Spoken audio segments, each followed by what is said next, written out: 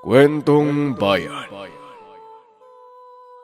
Simpleng katanungan bago natin simulan. Mahilig ka bang magsabong? Ang kwentong ito ay hango sa totoong buhay. Mula ito sa isa nating kabayan na itago na lang natin sa pangalang Gilyar. Nangyari ito. Sitio Carmen, Iloilo. Walang mabisang mutya kung ito'y hindi nagagamit ng tama. Naku po, talo na naman tayo pre. Iba talaga tong manok ni Maning no? Parang sinasapian ng demonyo kapag nasa laban. Pansin mo parang sobrang payat na ng manok niya. Parang isang ihip lang lilipar na yan eh. Pero ilang laban na hindi pa rin natatalo eh. Lagot ako sa asawa ko nito. Ubus na yung sahod ko. Naitaya ko lahat sa manok mo, Gilyar. Wika ni Buboy. Oo nga no. Grabe ang manok ni Maning eh. Sa totoo lang duda ako. Hindi yan karaniwang manok na pangsabong. Hindi kasi talaga natatalo eh. Buti na lang talaga hindi ko tinaya yung lahat ng pera ko. May tira pang panggatas ng anak. Hindi bale, babawi tayo sa susunod. Gilyar, kailangan nating malaman yung sekreto ng Maning na yan.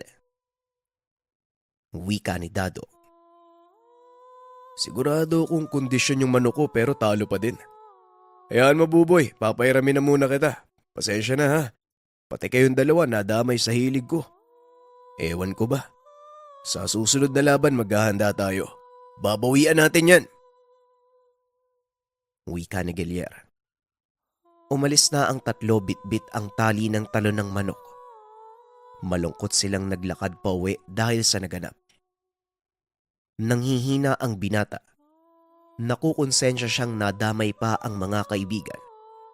Pero hindi malis sa utak niya kung paanong natalo ang manok. Habang naglalakad, halata ang panlulumo sa kanila. Hindi nagkikibuan hanggang sa naunang nakauwi si Buboy at Dado. Samantalang si Gilyar, dadaan pa ng pilapil na may nagtataasang kugon. Dulo at liblibang tahanan na inuuwian ng binata. Malaki ang lupa na sinasaka ng ama at wala naman silang kapitbahay sa lugar. Sa paglalakad napansin niya ang kakaibang bulaklak ng kugon. Napakaganda ng mga ito sa paningin ng binata, kaya pumutol siya ng isa at dinala pa uwi. Sa isip ng binata, ibibigay niya ito sa inang mahilig sa herbal na gamot. Sa mga hindi nakakaalam, mabisang gamot ang tangkay ng kugon lalo pa kung ito'y naibabad sa langis na ginagamit pang hilot. Pwede din itong gawing walis tambo o kaya namang gawing dekorasyon. Habang nangunguha may namataan si Gilyar na isang matandang dumaan. Napaisip naman ng binata dahil sigurado itong sila lamang ang nakatira sa lugar. Kaya alam niyang dayo ang matanda. Napahinto si Gilyar sa pangunguha dahil biglang tumigil ang matanda sa tapat ng kinakatayuan. Magandang hapon sa'yo bata. Alam mo ba ang bahay ni Dorong? Kanina pa ako naglalakad at alam kong ito na ang dulo. Hindi man lang sinabi ng napagtanungan ko na malayo palang lalakarin ko. Abay, pangtali ng manok yung dala mo ah. Galing kang sabungan ano? Wika ni Mang Doming. Magandang hapon din po sa inyo. Durong po ba? Tatay ko po yun. Sabay na po kayo sa akin. Naku, mukha nga pong mahaba yung nilakad nyo ah. At saka ito po bang hawak ko? Opo eh. Magaling yung nakalaban namin kaya eto na lang yung nauwi ko. Itatali ko na lang sa kugon. Nga po pala, tagasan po kayo? At saka ano pong kailangan nyo kay tatay? Tanong ni Gilyar. Kasi kaibigan ko si Dorong eh. May bibigay lang sana ako sa kanya. Ay nako, baguhan ka sa sabong ano. Talagang hindi matatalo ang manok na alaga ng aswang. Halika na nga, mamaya pag-usapan natin yung nangyari sa'yo. Tugon ni Mang Doming. Nagulat si Gilyar sa matandang nagpakilala sa pangalang Doming. Ganun pa man hinayaan na muna ito ng binata. Inayos na lamang niya ang tali sa mga kugon at ipinatong sa ulo. Unang naglakad ang binata kasunod ang matanda. Ilang sandali pa naaninag na nila ang kalakihang tahanan. Medyo malayo pa ito sa kanila. Narinig na ng binata ang sigaw ng ama. Nakita na nito ang anak na kasama ang matalik na kaibigan. Mababakas sa dalawa ang saya dahil sa muling pagkikita. Napakaaliwalas ng mukha ni Tatay Dorong habang kasama si Mang Doming. Mahahalata na maganda ang samahan ng dalawa. Ngunit hindi maiwasan ang binata na mag-isip. Lalo pa, hindi naman ito napakilala ng ama sa kanila. Tatayo ka na lang ba dyan? Parang natigilan ka na, Gilier. Ilapag mo nga yung dala mo. Ni hindi mo sinamahan ng ama mo sa pag-aasikaso sa bisita. Ay naku, bata ka. Nasa na yung dalang... Yung manok, nasan yung dala mo kaninang manok? Ay nako, ikaw talaga, talo ka na naman. Hindi ko alam kung saan mo nakuha yung pagkasabungero mo. Ang masaklap, hindi ka naman nananalo. Kung kinain na lang sana natin yung manok, nabusog pa tayo eh. O siya sige, mag-igib ka na lang na makapagluto na ako ng hapunan. Wika ni Nanay Lyra. Lyra, papasukin mo nga muna ang anak mo at may iutos mo na ako. Halika anak, bumili ka pala ng tuba sa baryo. Yung may balok ha, Domeng, nagtatabako ka pa. Para isa na lang ang lakad ni Gilier. Dalin mo yung galong nakasabit sa may kusina. Sabihin mo kay Bakekang, punuin ka pa. Huwag mo rin kakalimutan ng 2 tabako ha. Dalian mo, paggabi na. Wika ni Tatay Dorong. Akala ko po ba tayo hindi ka naiinom? Di ba na yun po yung sabi niya? Tatay talaga oh, alam mo namang masama yan sa kalusugan mo eh. Hindi ka talaga nakikinig. Tugon ni Gilier. Ay anak, hindi naman palagi. Pero syempre, kagaya sa'yo ng mga kaibigan mo, mabuti kayo araw-araw nagkikita. Pero itong si Domeng, malayo pa ang nilakbay, makapunta lang dito. Sige na anak, nang makabalik ka na kagad, padilim na. Hindi magandang lumabas ng gabi lalo na't dadaan ka pa sa gubat. Wika ni Tatay Dorong. Napatango na lang si Gilier sa ama. Bago umalis, inayos na muna ng binata ang mga nakuhang kugon. Kinuha niya ang galon na paglalagyan ng bibiling tuba. Medyo may kalayuan pa ang tindahan, kaya nagdala siya ng lampara. Ilang sandali pa binagtas na ni Gilier ang tahimik na taniman ng ama. Habang naglalakad panay naman ang pukpok niya sa galon. Hanggang sa bigla siyang nakarinig ng sipol. Napatingin siya sa paligid at walang makita. Napatakbo. Ngunit tila may humahabol sa kanya. Ilang sandali pa naabot na ni Gilier ang tubaan ni Aling Bakekang. May mga tambay na tumatagay sa gilid ng tindahan. Napansin kagad niya ang katabi ng tanggero, si Maneng. Tumingin ito sa kanya habang inaayos ang binibili. Tumayo ang lalaki at lumapit kay Gilier. Napaatras naman ang binata. Naamoy niya ang hininga nito na mas masahol pa sa burong isda. Iniisip niya na lang na baka dahil lasing ng tuba, kaya malansa ang amoy ni Maneng. Aba, akalain mo nga na nagkita tayo. Patunay na maliit ang mundo ah. Nga pala, pulutan namin yung manok mo. Sa susunod na sasali ka, ikondisyon mo ng mabuti yung ilalaban mo. Hindi yung wala kang kwenta. Kita mo, hindi man lang nakatagal yung manok mo eh. Patay ka agad. At saka, ano ba tong manok mo, napakapangit ng lasa? Wika ni Maneng. Pare, hayaan mo na yung bata, mahirap na. Baka magsumbong yan sa tatay niya. Alam mo namang dayo lang tayo sa lugar eh. Sige na, maupo ka na. Atoy, pasensya ka na ha. Lasing lang tong kaibigan ko.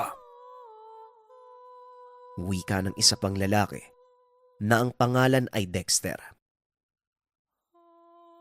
Ay, kung gusto nyo ng gulo, abay wag dito sa tindahan ka. Pareho talaga kayong malalagay sa alanganin. Yung tuba, nilalagay sa tiyan, hindi sa ulo. At saka inom lang. Wag nang mangdamay ng bumibili. Sige na, Gilyar. Wag mo nang pansinin. Lasing lang ang mga yan. Wika ni Aling Bakekang. Hindi naman ako nanggugulo. Sinasabihan ko lang naman siya ng gagawin niya para sa susunod alam niya na. At sa tanda, huwag kang mag-alala. Kaya kong bayaran yung lahat ng meron ka. Kahit ikaw, kaya kitang bilhin eh. Magtawag ka ng kahit sino. Hindi ako natatakot. Wika ni Maneng. Tumalikod na ito sa kanila. Inalalayan naman ni Dexter ang kaibigan habang padabog na palayo sa lugar. Panay din ang pagingi ng paumanhin ni Dexter sa lahat. Napabuntong hininga na lang si Gilier. Hindi niya din inaasahan na ganon ang mangyayari sa pagbili ng tuba. Humingi din ito ng pasensya at nagpaalam na sa tendera. Hawak niya ang biniling tabako at tuba. Binagtas niya ang kahabaan ng daanan. Dahil inabot na ng dilim kaya sinindihan niya ang gasera hanggang sa makaabot sa gitnang bahagi. Napatigil ang binata nang may maamoy na malansa. Hinanap niya kung saan nanggagaling ang mabahong amoy. Biglang kinabahan si Gilier dahil habang patuloy na naglalakad ay nakakarinig siya ng mga kaluskos. Sa isip ng binata, maaaring mga hayop lamang na naglabasan dahil nabulabog sa ilaw ng gasera. Halos takboy niya ang pilapil maabot lang ang tahanan. At nang malapit na sa lugar, bigla namang may sumitsit. Napalingon ang binata ngunit dahil madilim na. Wala naman itong naaninag kaya hinayaan na lamang at kumaripas na ng takbo. Papasok na ng bakuran ang binata nang makarinig siya ng tunog. Hinanap niya ang pinanggagalingan. Parang ayaw mo pang pumasok, anak. Ang tagal mo naman, saan ka pa ba galing? Abay, tapos nang magluto ang nanay mo. At saka mukhang hindi ka mapakali. Naku kang bata ka. Dali na tulungan mo yung nanay mo na mag-ayos ng mesa. Kakain na muna tayo bago kami tumagay. Wika ni Tatay Durong. Teka sandali. May kasama ka ba, Gilier? Ang tapang ah. Talagang sumunod pa sa'yo. Ayos din tong aswang na to ah. Balak yatang makipag-inuman. Pero ang baho. Wika ni Mang Doming. Aswang, wala naman po akong nakita. Baka amoy usok lang po ako. Nagsunog po ako ng mga dahon kanina eh. Sige nga po, magbibihis muna ako. Hanggang sa napansin ng binata na panay singhot ang matanda sa paligid.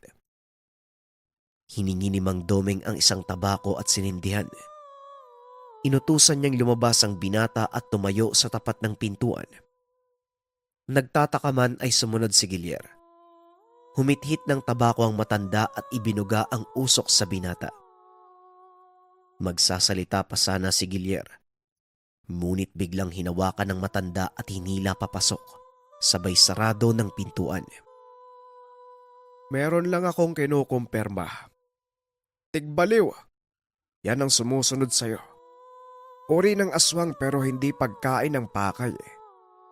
Durong, may mga inaalagaan kayong panabong, di ba? Gilier, mahilig kang sumabong. Gusto mo bang malaman kung bakit ka natatalo? Wika ni Mang Doming. Ay naku, halin na nga kayo, magapunan na tayo. Hindi pa kayo nakainom pero kung ano-ano nang pinag-uusapan nyo, gutom lang yan. Matagal na ako dito, Mang Doming. Wala namang ganyang kwento dito. Wika ni Nanay Lyra. Ay, tumahimik ka muna, Lyra. Paano ka makakaengkwentro ng aswang hindi ka naman lumalabas ng bahay? Magaling na antingero ang kaibigan ko. Nanggagamot ka din, di ba, Domeng? Kaya madali niyang nalalaman kung may banta sa paligid. Maging mga bakas, nalalaman niya sa pamamagitan lang ng amoy. Abay, may mga nanggagambala pala sa atin na hindi natin alam ano. Lalo na yung si Gilier, kung saan-saan pa namang nagsususot yan. Wika ni Tatay Durong. Bukas, Gilier, tuturuan kita ng pamamaraan para hindi basta matalo ang manok mo. Palibasa, hindi manok ang isinasalang na mga demonyong yan eh. Kung hindi mga alaga nila, pinapainom ng sarili nilang laway. Laway ng aswang. May derby sa lungsod sa susunod na araw. Magkondisyon ka ng isang manok at ako ng bahala. Panigurado, isasalang niya uli yung alaga niya. Wika ni Mang Doming. Dahil napangako niya sa mga kaibigan na babawi, kaya hindi nagdalawang isip ang binata na sumang-ayon. Nagtiwala siya sa matanda dahil mukhang malaki ang paniniwala ng ama kay Mang Doming. Naging maayos naman ang gabi na kasama nila ang matanda. Kinabukasan maaga pa lang, inihanda na ni Gilier ang mga manok na nakailera sa likod ng bahay. Nagtanong ito sa matanda kung anong manok ang dadalhin. Kinuha niya yung kulay abo at may kaunting pula ang mga balahibo. Hinimas niya ito na tila may ibinubulong sa hayop. Matapos ang ginagawa ay pinahawakan niya iyon sa binata. Ayon kay Mandoming, damhin lang ni Gilier ang hawak na alaga at subukang ikonekta ang kalooban nang sa ganon mapasunod ang manok sa anumang pag-uutos. May binigay din na pinatuyong maliit na butil ang matanda. Sa paglalarawan niya mukha itong maliit at naputol na kahoy. Mutya ng sili ang tawag dyan, iho. Mabisang gamit ng mga sabongero o mga nagsusugal.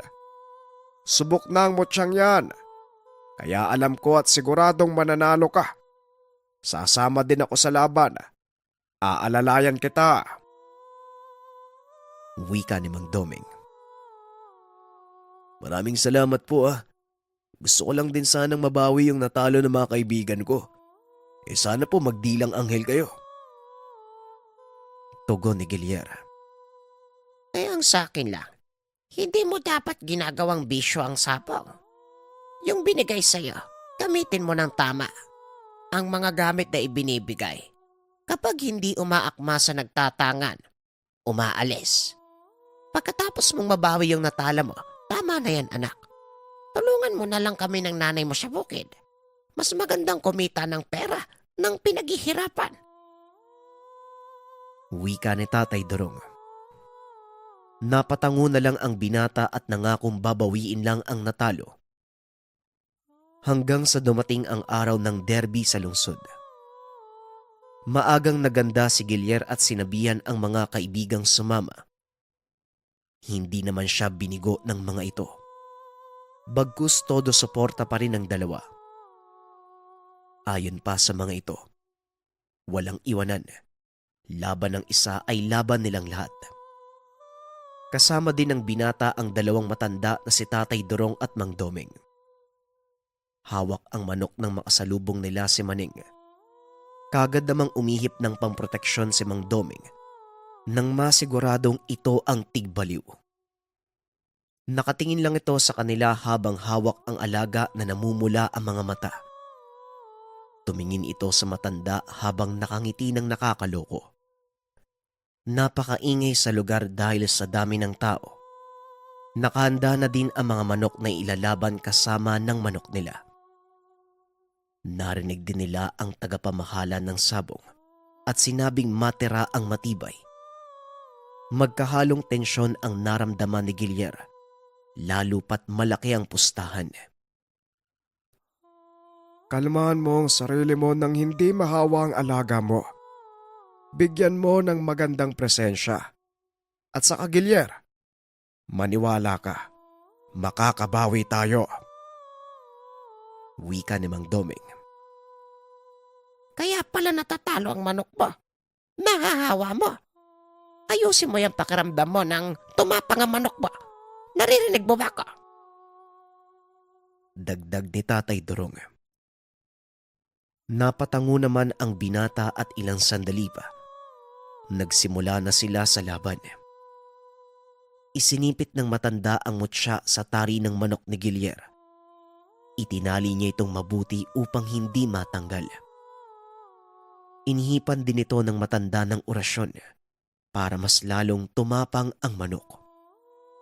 Naipanalo nila ang unang laban hanggang sa natira na lang ang manok niya at ni Maning.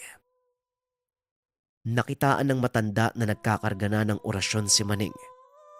Kaya nagdagdag pa ng orasyon si Mang Doming upang makasigurado sa laban.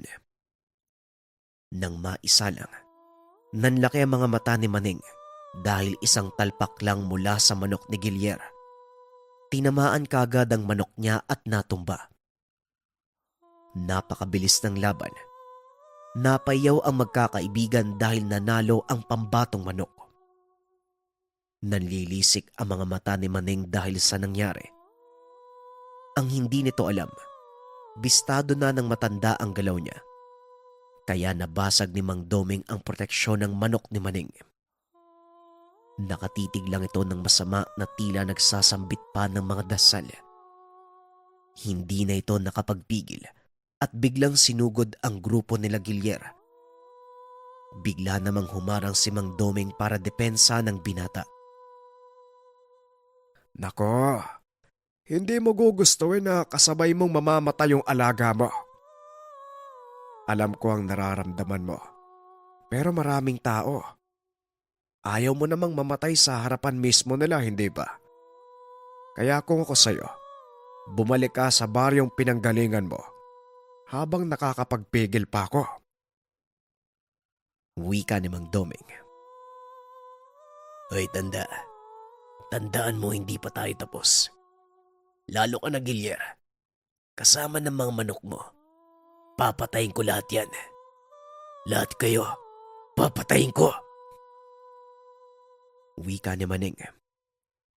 Tumalikod na ito at naglakad papalayo. Samantalang abot langit naman ang tuwa ng magkakaibigan nang mabawi ang talo. Kung tutuusin, naging triple pa dahil sa laki ng pustahan. Hinirang na kampyon ang manok ni Gilier. Sobra naman ang pagpapasalamat ni Tatay Durong sa kaibigan. Nang matapos ang laban ay tumigil na din si Gilier. Lalo pa ng isang araw nakita niya na lang ang mga alagang manok na wakwak ang tiyan. Alam niyang hindi siya kayang gantihan ni Maning sa sabong, kaya pinatay na lamang nito ang mga alagang manok.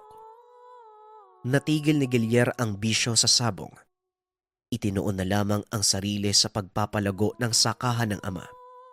Sa tuwing napapadaan naman sa sabungan, hinding-hindi niya makakalimutan ang ginawa ni Mang Hiner para sa kanya. Hindi lang pala normal na tao ang lumalaban sa ganong lugar. At hindi din normal na hayop ang kanilang pinanlalaban. Ngunit kahit may ganitong uri na kaganapan, hindi pa rin mawawala ang mga pangontran ng mga albularyo, mga manggagamot, patungkol sa ginagawang kasamaan ng mga elemento o nilalang. Laking pasasalamat ni Gilier kay Mang Doming. Hindi lamang dahil nanalo siya at nabawi ang pera. Dahil din sa matanda, natigil niya ang bisyo. Ang kwentong ito ay hango sa totoong buhay. Mula ito sa isa nating kabayan na itago na lang natin sa pangalang Ruben, taong 1983, Iloilo. Bata pa lamang nakaugalian na ng binatang si Ruben na uminom ng alak kasama ang mga kaibigan sa lugar. Bukod dito, madalas ring nasa sabungan ang binata kasama naman ang tiyuhin dahil magdamag ng umiinom nakatulog habang nakaupo sa kanto si Ruben. Hindi naman nabigla ang mga tao sa lugar nang makita ang binata dahil hindi naman yun bago sa kanila. Dahil mahilig uminom si Ruben, Nakasanayan na nito na matulog kung saan-saan. Hoy Ruben, mamaya babalikan kita dito ah. Dadalo tayo sa pasabog ni Mayor. Marami raw dayo mamaya. Balita ko pa, magaling ang mga manok na dadalhin. Pusta na natin tong natitira kong pera. Sigurado naman akong hindi tayo matatalo eh. Diyan ka lang Ruben ah, babalikan kita mamaya. Wika ni Tio Paeng. Ito ang pinakamalapit na tiyuhin ni Ruben at palaging kasama, lalo na pagdating sa kalokohan. Ngunit kahit kilalang lasinggero at sabongero sa lugar, hindi naman ito masamang tao at ni minsan, hindi naman siya nakapanakit o nakipagbasag ulo. Dahil sa pagiging mabuting tao kaya marami siyang kabarkada sa lugar. Kilala si Ruben na maaasahan at mapagkakatiwalaang tao. Kaya naman kahit ano pang oras o saang lugar na mapunta, Jack na meron itong kakilala at tutulong sa binata. Samantala nang matapos magsalita si Tio Paeng, tumangulang ang binata at bumalik na sa pagtulog. Lumipas pa ang ilang oras pagsapit ng 12:00 ng tanghali. Muling bumalik si Tio Paeng. Naabutan naman ng tiyuhin si Ruben na maayos na ang kalagayan ng mga oras na yon. Ngunit napailing na lamang nang makita na meron na naman itong dala na bote ng alak. Niyaya na ni Tio Paeng ang pamangkin. Habang naglalakad papunta sa sabungan, patuloy lang sa pag-inom ang binata. Nang makarating sa lugar, naupo ang dalawa sa likod na bahagi at maiging nagmasid si Tio Paeng sa mga nagdadatingan na maimpluwensyang tao dala ang mga manok. Namangha naman ang tiyuhin dahil lahat ng nakikitang panabong siguradong may ibubuga sa labanan.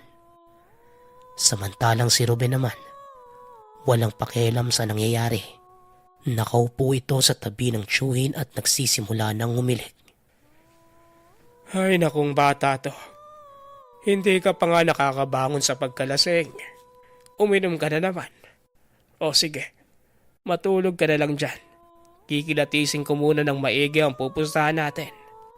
Diyos ko po, gabayan niyo sana kami. Naway maging swerte ang araw lang sa amin. Wika ni Tio Paeng. Hindi nagtagal nagumpisa na ang sabong. Bago pa pumili ng manok na pupustahan, tinatanong muna ni Tio Paeng ang katabing lasing. Kahit pa nakapikit, malinaw pa ding sinasabi ng binata ang dapat pustahan. Kung sino man ang banggitin ni Ruben, walang mintis na nananalo si Tio Paeng. Sa ganitong paraan palaging pumupusta sa sabungan ng tiyuhin. Sa ilang taong ginagawa yon, 100% na palaging tama ang sinasabi ni Ruben. Ngunit ang pagkapanalo ng sunod-sunod ay limitado lang. Dahil sa oras na hindi na magsalita si Ruben, nawawala na rin ang swerte ng tiyuhin. Paminsan binibiro naman ito si Ruben na baka may nakatagong mutya o anting-anting ang binata dahil sa dalang swerte. Tumutugon naman ang binata na wala at talagang malakas lang siya sa tsamba. Dahil sa dami ng magkakalabang manok, matapos ang ilang beses na panalo, noong hindi na tumugon pa ang binata, tumigil na din sa pagpusta si Tio Paeng. Dati nasubukan na niyang ipagpatuloy ng walang tulong ng binata, kaya lahat ng naipanalo ay napunta lang din sa wala. Nagpatuloy na lang siya sa panonood at triple na ang perang nasa bulsa. Nang magising naman si Ruben, sumasabay na ito sa hiyawan tuwing may nananalong mga manok. Bandang 4:00 ng hapon, dahil nanonood na lamang at hindi na pumupusta, naghiya nang umuwi si Ruben. Umalis na ang dalawa sa sabungan at habang naglalakad, hindi na iwasan ng magtiyuhin na pag-usapan ang kapitbahay ng binata na si Dado. Hindi ko nga rin po alam, Tiyo eh. Bakit kaya mainit yung ulo nun sa akin? Nung isang araw nga po, balak ba naman akong saksakin sa likod? Buti nga nakailag ako eh. Hinayaan ko na lang po. Ayos lang naman po ako hanggat hindi naman ako nasasaktan. Wika ni Ruben. Si Dado ay halos kasing edad lang ng binata. Ang tahanan nito ay kaharap lang ng mismong bahay ni Ruben, kaya napaka-imposible na hindi magtagpo ang dalawa. Dati pa malaki ang galit ni Dado kay Ruben, ngunit hindi naman niya malaman ang totoong dahilan. Lalo pat ni minsan hindi naman ito nasaktan o nakasagutan. Ayon pa kay Ruben, puro kabutihan lang ang pinapakita niya kay Dado, ngunit kabaliktaran naman ang ugali nito sa kanya. Sa ganitong mga tao, bagamat minsan nakakaramdam na rin ng galit si Ruben, ngunit mas pinipili pa rin niyang pahabain ang pasensya. Labis ang ginagawang pag-iingat ni Ruben na walang makagalit dahil pinangako niya ito sa Panginoon. Samantala, pag-iingat na lang ang tanging na ipayo ni Tio Paeng dahil hindi naman niya kilala si Dado. Maya-maya pa, naghiwalay na ng landas ang dalawa. Dumiretso na sa sariling tahanan si Ruben habang si Tio Paeng naman lumiko doon sa isa pang kanto. Mag-isang naninirahan si Ruben at ang sumasalubong lang sa kanya pag-uwi ay ang mga alagang aso at pusa. Matagal na panahon na ang nakalipas, magmula nang maulila sa mga magulang. Noon nabubuhay pa ang ama, hindi naman pala inom ang binata. Madalas itong nasa gubat para tulungan ng ama sa paghahanap ng mga tuyong kahoy. Isa sa kinabubuhay nila dati ang pagtitinda ng mga panggatong na kung tawagin ay raha. Magmula nang mapag-isa na lang sa buhay, halos lahat ng oras niya nilaan na lang sa pakikipagbarkada. Samantala, pagkapasok ng tahanan kaagad niyang sinara ang mga pinto at bintana. Nang masiguradong wala ng siwang na nakabukas, hinubad nito ang pang-itaas na damit at dahang-dahang tinanggal ang nakapulupot sa bewang na pulang tela. Sa loob nito ay may isang maliit na bagay na gawa sa pilak at nakahulma ang mag-asawang duwende. Maingat itong tinanggal ni Ruben para hindi mahulog sa sahig. Ang bagay na yon ang nagsisilbing anting-anting ng binata dahil ang mag-asawang duwende ay merong kakayahang akitin ang swerte sa sugal. Gaya ng sabong, mga larong baraha, bingo, sakla at marami pang iba. May angkin din na pang-akit sa negosyo at maaaring humiling sa mga gustong mangyari sa buhay. Ito ay pamana sa kanya ng ama bago mawala ng buhay. Ayon pa kay Ruben, sa ilang taon na kasama ang bagay na yon, natutunan niya na mas lumalakas ang bisa ng anting-anting tuwing nalalasing. Maaaring hindi yon ang tipikal na paggamit, ngunit ito ang gumagana para sa kanya.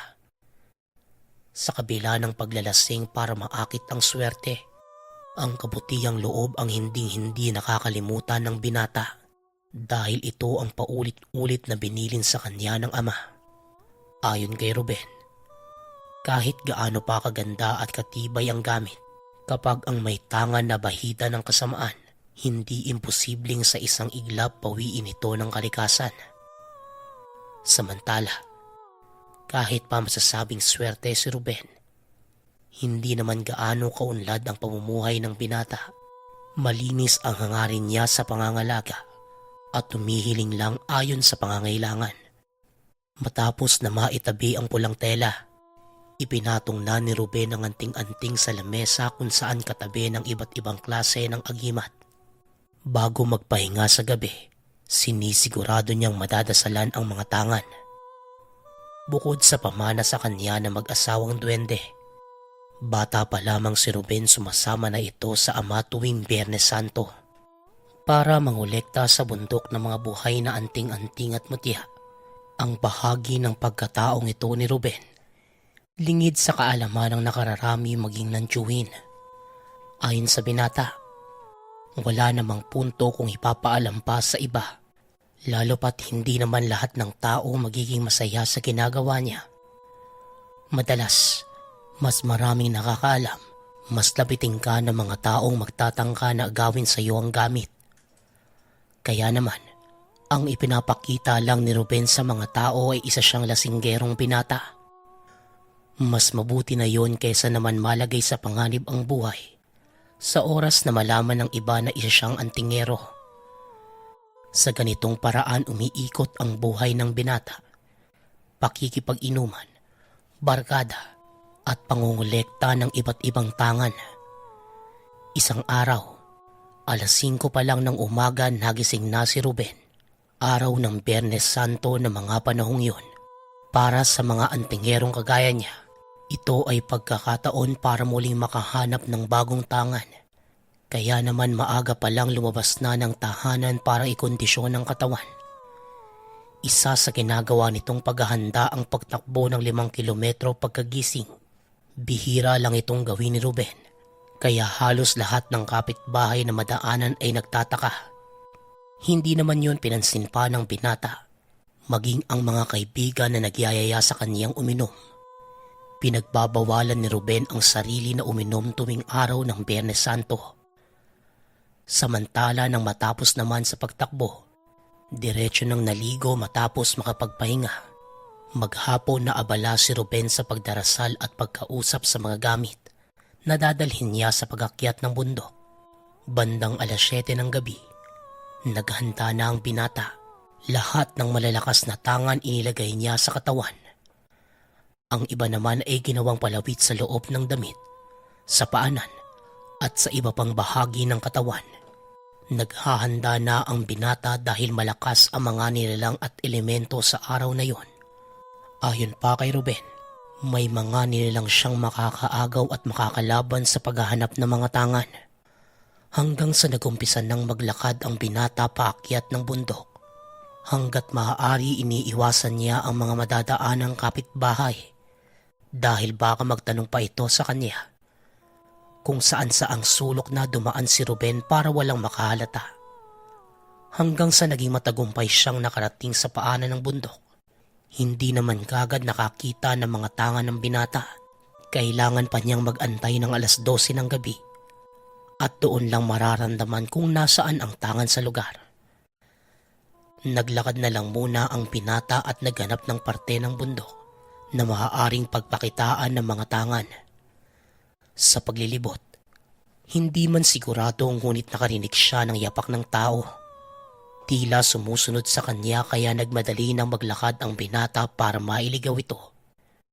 Ngunit napaisip ang binata na baka paraan lamang yon ng mga nilalang para mawala ang atensyon niya sa paghahanap ng mga tangan. Nang nakatago na ang binata sa malaking puno ng akasya, hinanap niya kung saan nanggagaling ang tunog ng mga yapak. Ganun na lamang ang pagkabigla ni Ruben nang makita ang kapitbahay na si Dado. May dala itong pote na may lamang alak habang may hawak namang baril sa kabilang kamay. Tinawag ni Dado ang pangalan ni Ruben. Pinapalabas nito ang binata sa pinagtataguan. Ngunit ang pag-iingay ay pinagbabawal ng mga oras na yon dahil nabubulabog ang kalikasan. Dahil ayaw nang makaperwisyo pa ng iba, nagpakita na ito kay Dado para matigil sa pagsigaw. Kung ano-anong mabigat na salita ang lumabas sa bibig ni Dado. Maya-maya pa, walang pag-aatubiling itinutok sa dibdib ni Ruben ang baril kasabay ng pagkalabit. Inaasahan ni Dado na mamamatay ang binata. Ngunit nagkakamali siya dahil protektado si Ruben ng mga tangan. Hanggang sa napansin ni Dado na bumalik lang sa kanya ang bala ng pinaputok na baril. Hindi malaman ni Ruben ang gagawin. Kahit pa pinagtangkaan siya nitong patayin, nagawa pa rin niyang pakitaan ng malasakit si Dado. Nilapitan niya ang nakahandusay na binata at tinangkapang gamutin. Ngunit sa puntong yon, hindi gumana ang pagpapagaling ng binata. Doon lang naalala ni Ruben ang mga oras na yon. Walang kakayahan ang mga ito na makatulong sa ibang tao. Bagkus kung sino lang ang nagtatangan, siya lang din ang kayang protektahan ng gamit. Dahil dito kahit gustuhin pa ni Ruben na tulungan si Dado, wala nang nagawa pa ang binata. Binuhat na lang niya ito at dinala sa mataong lugar bago pa bumalik sa bundok. Sinigurado muna ni Ruben na merong nakakita kay Dado. Hanggang sa may mag-amang naglalakad na nakakita dito. Matapos yon, muli nang bumalik si Ruben sa bundok at ipinagpatuloy ang paghahanap ng bagong tangan. Buong magdamag na nanatili sa kagubatan ang binata. Hindi naman siya nahirapan sa pagkuha dahil ilang taon niya na itong ginagawa. Samantala ng sumunod naman na araw, pumutok ang balitang kritikal ang lagay ni Dado sa ospital. Kaagad namang pumunta si Tio Paing sa tahanan ni Ruben para magtanong sa nangyari kay Dado. Ngunit nagpatay mali siya lang ang binata. Ayon sa kanya, tulog na siya ng gabing yon kaya hindi niya nalaman ang mga naganap. Hindi naman nagtagal pa si Tio Paing sa tahanan ng binata nang masiguradong nakalis na ang tiyuhin. Pasimpleng lumabas ng tahanan si Ruben at pumunta sa ospital. Ayon dito, inuusig siya ng konsensya na hindi matulungan si Dado. Maswerte naman dahil nang mahanap ni Ruben ang kwarto ni Dado, wala namang nagbabantay. Sinamantala niya ang pagkakataon na mapagaling si Dado. Wala pang ilang minuto, humilom na ang sugat ni Dado kung saan nakabaon ng bala. Nang matapos nagpakawala si Ruben ng orasyon para hindi na siya muli pang makilala ni Dado. Dumiretso na sa tahanan ang binata at kagaya ng normal na pamumuhay. Matapos na maibalik at maitago ang dalang tangan, lumabas na siya ng tahanan para humanap ng makakainuman. Nang mismong araw na yon, kinahapunan lumabas na ng ospital si Dado. Sa katunayan dumaan pa ito malapit kina Ruben. Ngunit hindi na masama kung makatitig sa binata. Sa loob ni Ruben, kahit pinagtangkaan nito ang buhay, masaya pa rin siyang napagaling si Dado. Magmula ng araw na yon, ganun na lang ang pagtataka ni Tio Paeng dahil hindi na muli pang nakilala ni Dado si Ruben. Nagbiro na lang ang binata na baka utak nito ang natamaan ng bala, kaya bigla na lang nakalimot. Nagpaimbestiga na rin ang pamilya ni Dado ngunit napag-alaman ng mga otoridad na galing din sa sariling bala ng baril ang tumama sa kanya. Kaya nagkaroon ng haka-haka na pinagtangkaan nitong magpakamatay. Samantalang si Dado mismo, hindi na maalala pa ang mga nangyari. Napapangiti na lang si Ruben dahil kahit kailan hindi pa rin nadiskubre ng iba ang itinagong lihim. Sa paglipas ng panahon, hindi man humingi ng tawad ngunit sa puso ni Ruben, napatawad na niya si Dado. Nagpatuloy pa rin siya sa pagkolekta ng mga tangan at pagtatago ng lahat sa pamamagitan ng pag-inom ng alak. Palaisipan man kung ano nga ba talaga ang rason ng galit ni Dado sa kanya. Ngunit hindi na ito pinagtuunan pa ng pansin ng binata. Nagpapasalamat na lang siya na naging maayos ang lahat. Magpasa hanggang ngayon, buhay at malakas pa rin si Ruben. Ngunit isa pa rin itong antingerong lasinggero.